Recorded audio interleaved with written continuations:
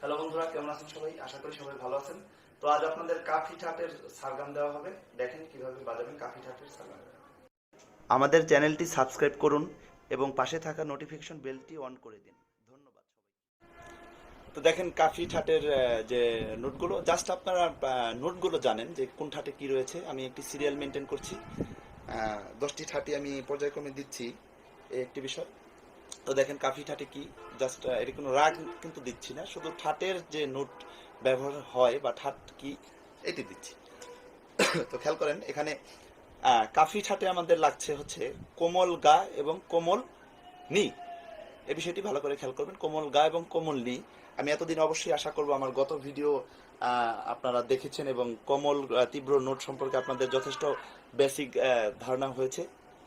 তো দেখেন কি বিষয়টি কি আমি এখানে দেখিয়ে দিচ্ছি। শুধু কোমল আমাদের গা এবং নি ব্যবহার হচ্ছে, আর সবই কিন্তু শুদ্ধ থাকবে। এটি রাগ বাজানোর ক্ষেত্রেও তখন এরকম হবে। রাগ কিন্তু অনেক রয়েছে, ঠাট মূলত 10টা। আমি 10টা ভাবে সিরিয়াল মেনটেন করে দিচ্ছি।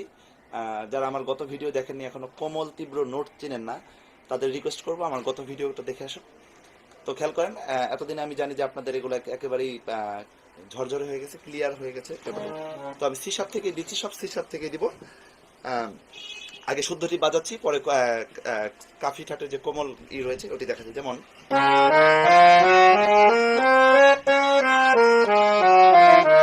এটি আমাদের শুদ্ধ, এটি বিলাবল বলা চলে অথবা শুদ্ধ হয়।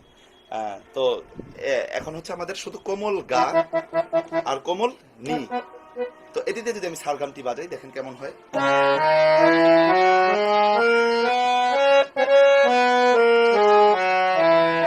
তো এখানে শুধু কোমল গা এবং কোমল নি আমি ব্যবহার করলাম।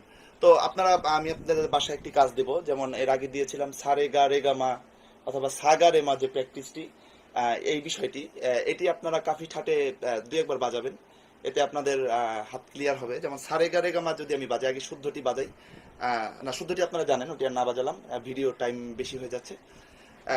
ডাইরেক্ট কাফি দিয়ে বাজাচ্ছি, সারে গা রে গা মা। যেমন সারে গা রে গা মা পা ধা নি ধানি সা। এখন আমার শুধু কোমল গা এবং কোমল নি আমি শুধু ব্যবহার করব। আবার সা গা রে মা গা পা মা ধা পা নি ধা সা, এটি আমি এখন শুধু জাস্ট কোমল ব্যবহার করব। যেমন কিরকম হবে,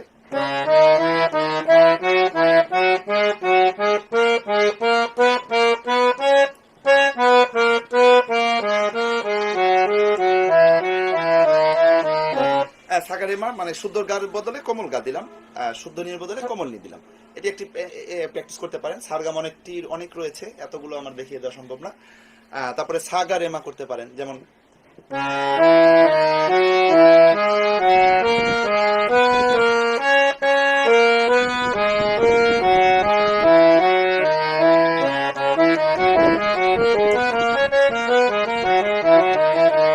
সরি।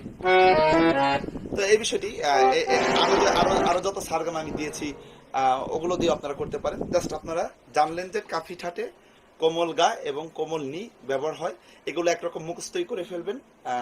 আমার পরবর্তী ভিডিওতে আরেকটি ঠাট আসবে। আজ তাহলে এ পর্যন্তই। তো দেখলেন কাফি ঠাটে কি কি নোট লাগে, জাস্ট এতটুকু দিয়েছি। পুরো রাগ দিব আমি, সামনে পুরো রাগটি দিব। অবশ্যই বাসায় প্রচুর প্র্যাকটিস করবে। কোনো কিছু বুঝতে না পারলে আমাকে কমেন্ট করে জানাবেন। আমার চ্যানেলটি অবশ্যই সাবস্ক্রাইব করবেন।